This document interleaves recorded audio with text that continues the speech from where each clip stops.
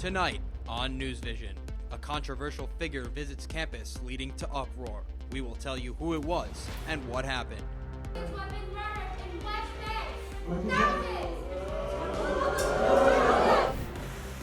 Plus, a place popular with UM students is shutting down. So the purpose of the mall right now is to kind of close off all the leases. And later on, one of the most popular parking lots at the University of Miami had a much-needed facelift. Parking just to get in the spot is like a chore because the lanes are so skinny. These stories and a lot more on tonight's episode of NewsVision.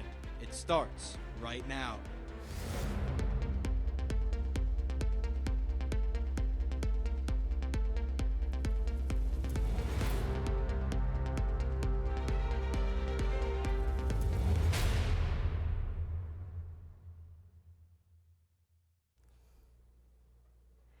Good evening and welcome to this semester's first edition of NewsVision. I'm Ben Freeman. And I'm Gracie Palmer. Thank you for joining us. Last night, a controversial figure visited campus to discuss the ongoing war in the Middle East. However, not everyone was pleased. Last night, a UM organization called Students Supporting Israel made history with the most students attending their latest event.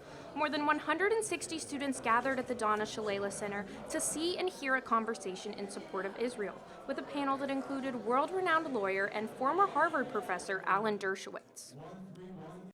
This is not about Palestinians. This is about Jews.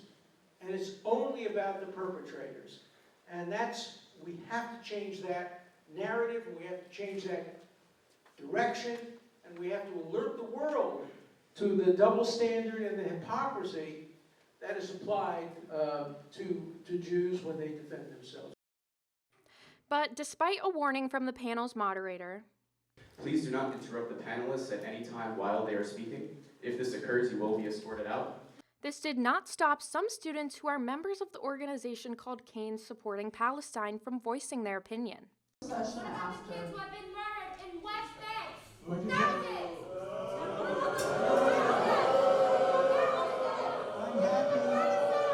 I'm happy to answer any question. I'm happy to answer any.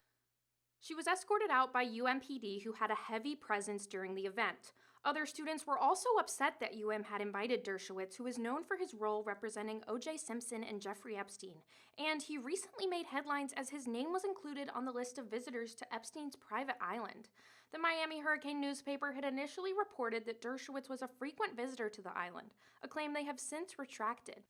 Dershowitz promptly released a statement that reads, quote, "The accusation against me has been resolved in my favor. The truth is that I did absolutely nothing wrong, and the only reason the false accusation is being raised again is Canes for Palestine, according to the Miami Hurricane, have started a widespread media campaign against his, quote, presence on campus." If you missed the talk last night, you can still catch Alan Dershowitz in person. He will be attending the U.S. premiere of the documentary called The Trials of Alana Dershowitz at the Boca International Jewish Film Festival on February 17th. U.S. Secretary of State Antony Blinken has toured the Middle East this week for the 5th time since the start of the Israel-Hamas war last October, this time in hopes of mediating a hostage release. Blinken met with Israeli Prime Minister Benjamin Netanyahu, who said the war in the Middle East would continue until Israel is triumphant. The Israeli Prime Minister turned down Hamas's proposed ceasefire plan that would unfold over 4.5 months. In this plan, Hamas agreed to release the roughly 100 Israeli hostages if Israel agrees to free hundreds of Palestinians imprisoned in Israel. Blinken argues in favor of Israel accepting the proposed ceasefire and still holds out hope for the deal. Blinken is strongly advocating for a ceasefire after the death toll of U.S. citizens in the Israel-Hamas war has reached 22, with 17 more U.S. citizens in the Middle East still missing. King Charles III of England has been diagnosed with cancer. Buckingham Palace broke the news after Charles underwent a prostate procedure over a week ago. The type of cancer has not been specified, but it was revealed to not be prostate cancer. The diagnosis came as a shock to the world and put a spotlight on Prince William, who is next in line of succession for the English crown. William and other senior royals will take on some of Charles' engagements as he undergoes cancer treatment. At least 9 people have been confirmed dead after 4 days of heavy rain in Southern California. The rain came from an atmospheric river storm, leading to deadly mudslides and flooding. This was the second highest consecutive three-day total of rainfall since 1877. Student meteorologist Quinn Davidson is at the weather studio with more details. Quinn? Yeah, Gracie, it was quite the super soaker across Southern California. In fact, UCLA recorded 12.46 inches of rain in a 24-hour period on February 5th, which absolutely shatters the record of 6.3 back in 1991, essentially doubling that. And in fact, it is very interesting to note that this is meeting the criteria of a 1 in 1,000 year flood event, surpassing that threshold by 1.1 inches. So definitely quite a drastic situation that unfolded across Southern California. Let's take a look. Here's our radar recap of what occurred in Southern California. An atmospheric river is basically a hose of moisture being funneled directly into the state, which is why you can see areas depicted in green and darker colors as red and orange, which are thunderstorms and heavier rain that basically stalled over Southern California, flooding areas like Santa Barbara, Ventura counties, Los Angeles counties, pushing down further even to the south in Orange counties and San Diego counties, where there were tornado warnings and severe thunderstorm warnings. A very serious situation that unfolded there. Thanks, Quinn. We'll check in with you again later. For 25 years, the shops at Sunset Place have stood strong in South Miami. But since the COVID-19 pandemic, the mall has struggled to bring in customers. Now, the city plans to tear down the shopping center. Andrew Klein is live at the shops at Sunset Place with more. Andrew, what is going on with Sunset Place? Sunset Place has certainly died down in the last few years, but when the current city commission took office in 2022, they took initiative, and now they hope to revitalize this historic location. When you drive down South Dixie Highway, there are endless restaurants and stores that have thrived in Miami-Dade County, but one location has struggled more than others. So the purpose of the mall right now is to kind of close off all the leases. There's condos there as well. I think there's like 37 or 41 little condos. Those have all been acquired. So the idea is to get everybody out so we can go ahead and demo it. The shops at Sunset Place has been around since 1999 and used to be a popular attraction, especially for UM students. Back in those days, there were bars, but there was also Barnes & Nobles. There was, cool retail stores, whether it's Gap, Banana Republic, and so on. Over the years, those have gone away, and so there's no real reason to go there. So that's why the students don't go out there. The location has a rich history, hosting the Riviera Theater from 1925 to 1926. In 1934, the Wholesome Bread Company took its place, standing strong for nearly 50 years. In 1986, a mall called the Bakery Center opened up, but after 10 years, it too was forced to close its doors. The Sunset Place Mall here in South Miami was once a hustling and bustling environment filled with students and local residents. But as you can see, it's become a ghost town. There's no foot traffic in there. There's no people that live around there. There's no condos. There's no hotels. So that location is a destination, and there's no reason to go there right now. I've noticed like stores have opened for a bit, but like after 6 months or a year after the first lease expires, they move because there's not enough business. In the coming months, the mall will be torn down, and the city of South Miami has big plans for the location. We envision in the city of South Miami something very different, generational changes. So you'll see a little bit of height, a little more density in the area where the students can live there. There'll be a cool mall, there'll be a hotel. I think that the residents will love the ability to have different options for restaurants, for food, walkability, to be nicer, to hang out, not have to go to Merritt or anything like that. So what's to come of this historic South Miami location? Well, Commissioner Kaye told me that English designer Thomas Heatherwick, who worked on the vessel in New York City, among other projects, is set to design a new city center in a process that will take up to 2 years. Reporting live in South Miami, Andrew Klein, UMTV. Thanks, Andrew. Time for a quick break, but when we return, an illegal parking lot on campus that's been causing headaches and collisions for many years has a new facelift. We'll have details after the break.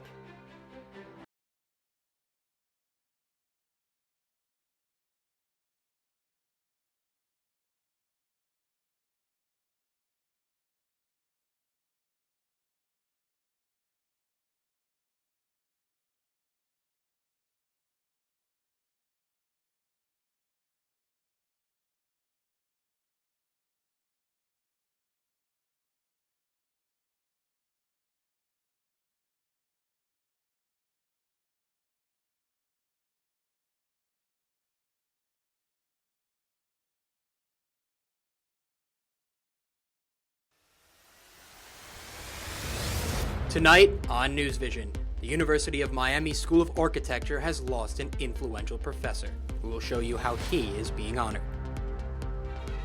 That through us and through all his students, that we could keep his legacy going. Plus, we will introduce you to one South Florida athlete who is proving that no injury can stop him. I will be world champion. I will be an Ironman. I will be the best. And later on, Canes football is back for the spring game. These stories and a lot more on tonight's episode of NewsVision. It starts right now.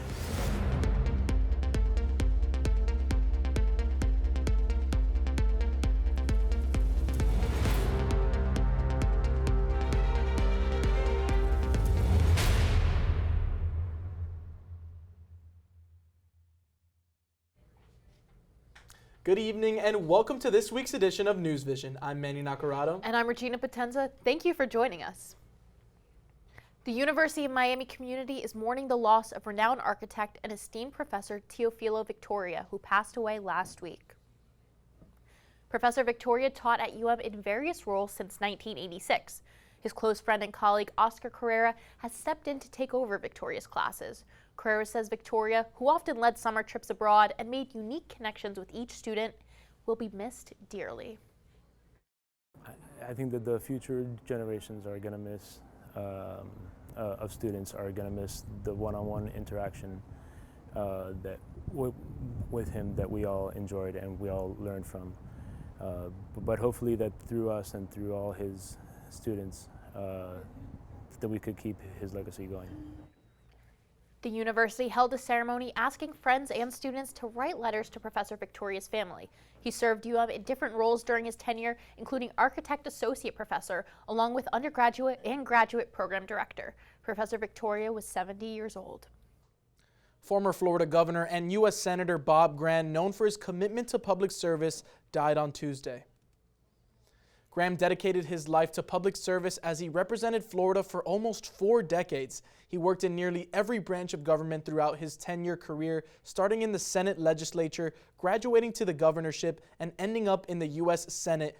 Graham is most known for co-chairing the congressional investigation into the September 11th attacks on the World Trade Center in 2001. He was 87 years old. When times are tough, music is often a go-to outlet for people to help soothe, calm, and make them feel better. Shay McDonald is here in studio with a story about volunteers who use music to help others heal. Shay? People say music can heal the soul, and it often has the ability to make a day better even when things might be tough. I got a chance to talk with some volunteer musicians who use music to make a hospital stay a whole lot better. For Miami artist Brian Del Toro, playing music is not just a hobby and way to pass the time, it's also a way to heal the soul. The reason that we focus on music is because of the studies that have shown how music helps with the emotional and mental toll that being in a hospital and being sick can take on a person. Brian's part of a group called Musicians on Call, whose members volunteer to play music for sick people in hospitals across America. The group offers streaming and virtual concerts for patients as well as in-person performances right at people's bedside. And for the past quarter century, they've spread one message. You're just trying to bring a little hope, a little joy, a little emotional healing to a patient's day. Studies show that music can indeed have positive effects on people's brains that help ease symptoms of various diseases. And while music doesn't have the power to completely cure, Brian's seen firsthand to give patients the strength to fight back. And I've seen somebody with Parkinson's stop shaking. I've seen families find a little glimmer of joy. I've seen people with Alzheimer's remember the lyrics to a song who were nonverbal just moments before. And those concerts not only affect the patients, but the volunteers as well. It's made me a better person. It's made me more sympathetic. It's made me more understanding. It's matured me in an emotional sense. Musicians on Call has done more for me than I think I've been able to do for the program in the last 13, 14 years. All right, 'cause I'm yours. Musicians on Call is expanding their programs in Miami and is looking for volunteer performers and guides to continue their mission to help people heal through music. For UMTV, I'm Shay McDonald. Thank you, Shay. And here on campus, one UM student organization has come together to make cards for hospitalized children.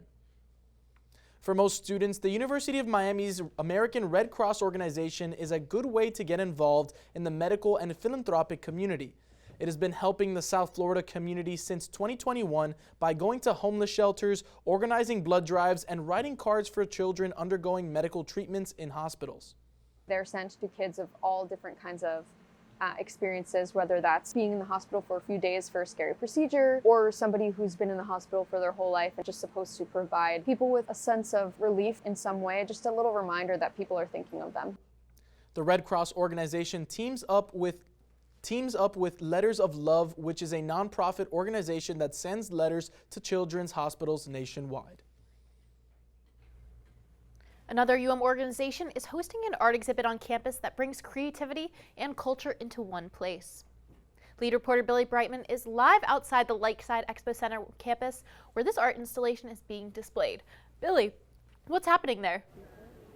A UM student organization called Black Creatives Collective partnered with production company World of Phoenix to bring all expressions of creativity to one place. The exhibit is called Exusions, a play on words that means they care deeply about the stories that are going to be shared by their featured artists tonight. It started at 6 p.m. with a music and cocktail hour featuring performances to get everybody ready for the main event. Speaking of which, I'm outside right now because the main event started previously at 7 p.m., and that is the art exhibit. The art viewing shows 8 artists from the University of Miami and the local Miami area with roots from all over the world, and they are bringing art in all mediums. Kayan Henry is presenting a photographic series that she says aims to embody the spirit of Caribbean magic and a being that doesn't conform to society's standards. Nyasha Nyoni is presenting a short film that is a visual representation of her evolving identity and what it means to be who she is. These are just 2 examples of the amazing artists and stories that are going to be shared tonight, and while the main viewing is going on right now, the event itself will go until 9 p.m., so you have plenty of time to come check it out. Live outside the Lakeside Expo Center, Billy Brightman, UMTV. Thank you, Billy. And another exhibition on campus brings together art and science. The Climate Change Expo is showcasing a grim reality about the state of our oceans. The Low Art Museum held a coral reef restoration exhibit last night. It featured glass models of coral bleaching and encouraged attendees to take a closer look. Some UM professors spoke about local restoration projects led by the university to heal coral reefs. The expo gave scientists a new way to get their research seen by presenting climate change in a visual way. Objects out of the water up here for us to see and explore and understand and study and make a connection between what's under the water and what's above the water. The Low plans a new glass-blown exhibit soon, and students that double major in art and science are encouraged to submit their research to be turned into art, similar to the climate exhibit. And Regina, I think that's really awesome that students are able to turn their research into a piece of art. What a unique way to do it, and especially bring awareness about the oceans. Well, speaking of ocean, it is time to check in with Quinn Davidson on the weather forecast for this week.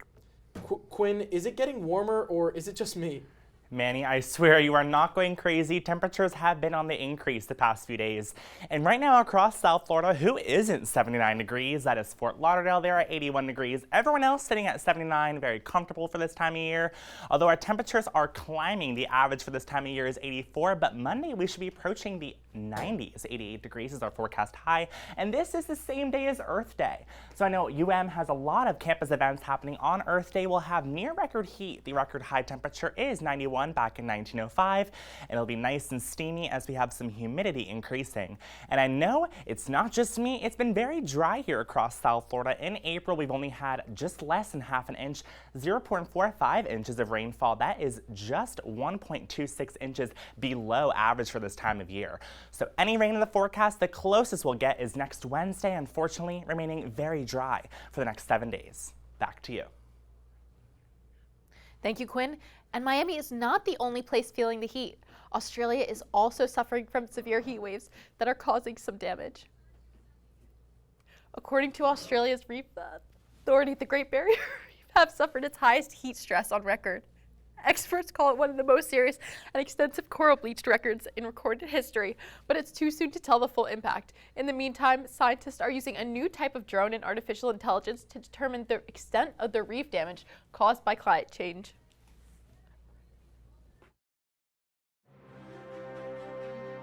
Introduce you to one Florida resident who is breaking barriers and proving that an injury cannot stop him from making an impact. Stay with us.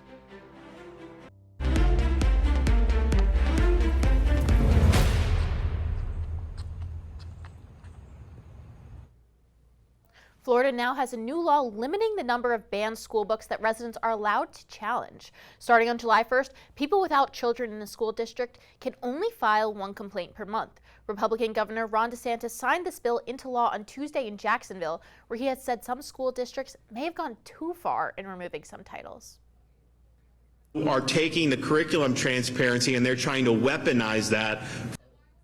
The new law does not include a penalty. It also does not limit the number of challenges a parent with a child in a school can file. In a new report, literary and free expression advocacy group called PEN America reported more than 4,300 instances of banned books in 23 states from July to December of 2023. Columbia University is under fire for anti-Semitism on campus. University leaders testified to a House committee yesterday in regards to the school's response against hate on campus towards Jewish students. Taryn Jacobs joins us now with more. Taryn? Today, New York police arrested more than 100 pro-Palestinian protesters at Columbia University. Pro-Palestinian students, faculty, and others set up tents, signs, and a rally. Many of the protesters camped out overnight. Officers used bullhorns Thursday to tell protesters to leave or face arrest. The protest began yesterday during the university's president testimony on the Hill. Columbia University's president and board co-chairs testified on Capitol Hill on Wednesday. The hearing was about the university's response to anti-Semitism incidents on campus. Testimony on that topic is why both the Harvard and UPenn presidents resigned last year. Does calling for the genocide of Jews violate Harvard's rules of bullying and harassment, yes or no? It can be, depending on the context. Specifically calling for the genocide of Jews, does that constitute bullying or harassment? If it is directed and severe or pervasive, it is harassment. The University of Southern California is also under scrutiny this week.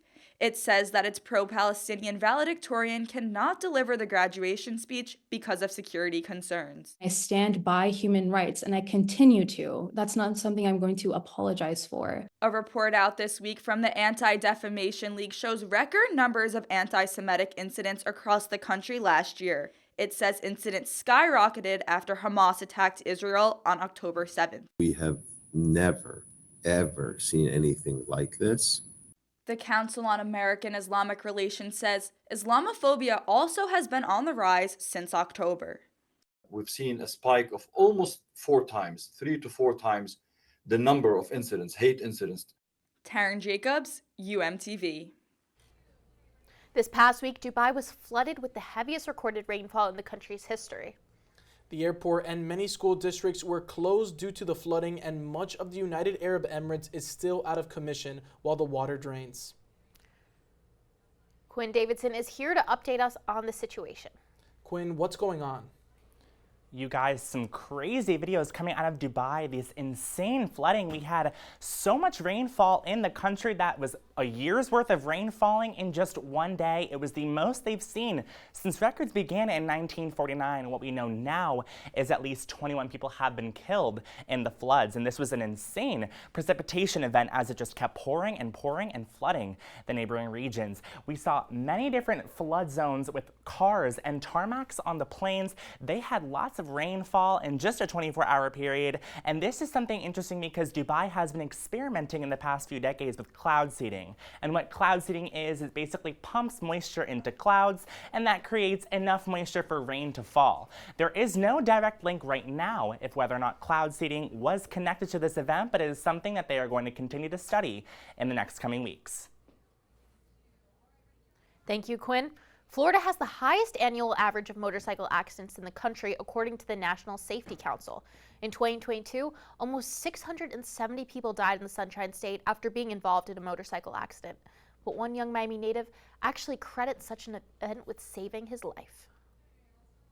Every single thing that I went through was on purpose. The year after 21-year-old John Marquez graduated high school, he was bartending on Miami Beach, living with friends, and partying every night. His life turned into what some might have called a nightmare when he was in a motorcycle accident in February 2023 that left him paralyzed from the chest down. Everything that I'm doing now is pretty much new to me. I feel like everybody saw it as something much bigger than I did. I've never shed a tear from the day of my accident, like never.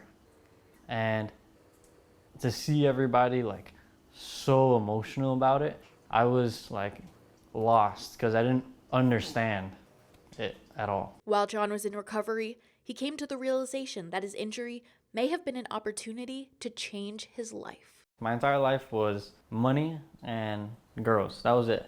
I would do nothing all day. I would just kind of like chill and like watch movies, whatever. And then right before I fell asleep, I hated my life, like hated it. And when I woke up in the ambulance, I was like, okay, like something's gonna change.